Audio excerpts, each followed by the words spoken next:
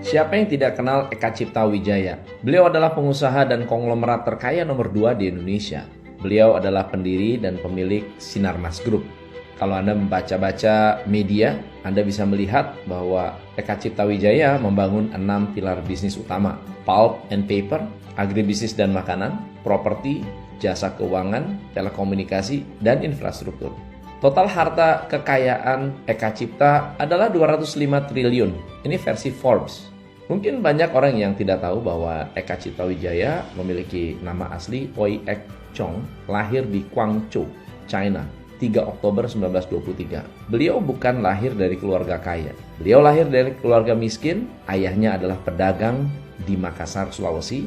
Tahun 1932, ia dan ibunya menyusul ke Makassar dengan menggunakan kapal laut selama 7 hari 7 malam dengan hanya bermodalkan $5 saja. Sampai di Makassar, ia membantu ayahnya di toko kecil. Tentunya tujuannya adalah untuk mencari uang, untuk membayar rentenir.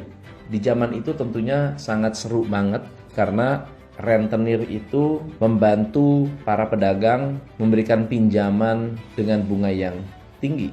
Tahun 1934, semua hutang-hutangnya pun terbayar karena toko ayahnya maju. Lalu ia pun minta sekolah, namun hanya lulus SD. Nah, setelah lulus sekolah dasar, ia tidak bisa melanjutkan sekolahnya karena kehidupannya serba kekurangan. Karena tidak sekolah lagi, maka ia mulai berjualan biskuit, permen, aneka jajanan di toko ayahnya dengan menggunakan sepeda. Usia 15 tahun, ia mencari pemasok kembang gula dan biskuit. Dalam 2 bulan, ia mendapatkan keuntungan Rp20. Lalu ia membeli becak. Ketika usahanya mulai ramai, Jepang menyerbu Indonesia, mengakibatkan bisnisnya hancur. Ia berjualan makanan dan minuman di Pautere, pinggiran Makassar. Ia menjadi kontraktor kuburan mewah. Ia dibayar Rp3.500 per kuburan. Dan yang terakhir, Rp6.000. Lalu kemudian ia berdagang kopra dan mendapatkan keuntungan besar. Namun Jepang mengeluarkan peraturan baru di mana jual beli minyak kelapa hanya dikuasai oleh Mitsubishi. Anda bisa bayangkan harga pasaran itu Rp6 per kaleng. Sementara Mitsubishi bisa menjual dengan harga Rp1,8 per kaleng. Lalu ia banting setir. Dari jualan kopra lalu menjual teng-teng, makanan khas Makassar, gula merah dengan kacang tanah. Justru pada saat sukses-suksesnya, harga gula anjlok sampai akhirnya dia rugi lagi. Dia terus berjualan, tapi tahun 1950 ada permesta. Barang dagangan dan kopra habis dijarah. Di saat usia 37 tahun, Eka Cipta pindah ke Surabaya. Mencoba bisnis kebun kopi dan kebun karet di Jember. Tahun 1962, Eka Cipta mendirikan CV Sinarmas dan mulai berbisnis membuat bubur kertas dari sisa-sisa pengolahan karet, mengekspor produk alami dan tekstil impor. Pada tahun 1968, ia membuka pabrik minyak goreng PT Bitung Manado Oil di Manado dengan merek Bimoli dan diikuti oleh PT Kunci Mas di Surabaya. Pada tahun 1972, Pak Eka Cipta mendirikan Ciwi Kimia, perusahaan yang bergerak di bidang bahan kimia yang ia rubah menjadi pabrik pulp and paper Sinarmas Group.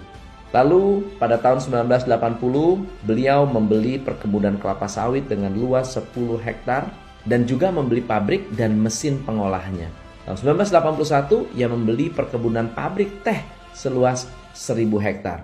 Kalau Anda memperhatikan perjalanannya, tidak ada cerita yang mudah. Sejak kecil 1923 sampai tahun 1962.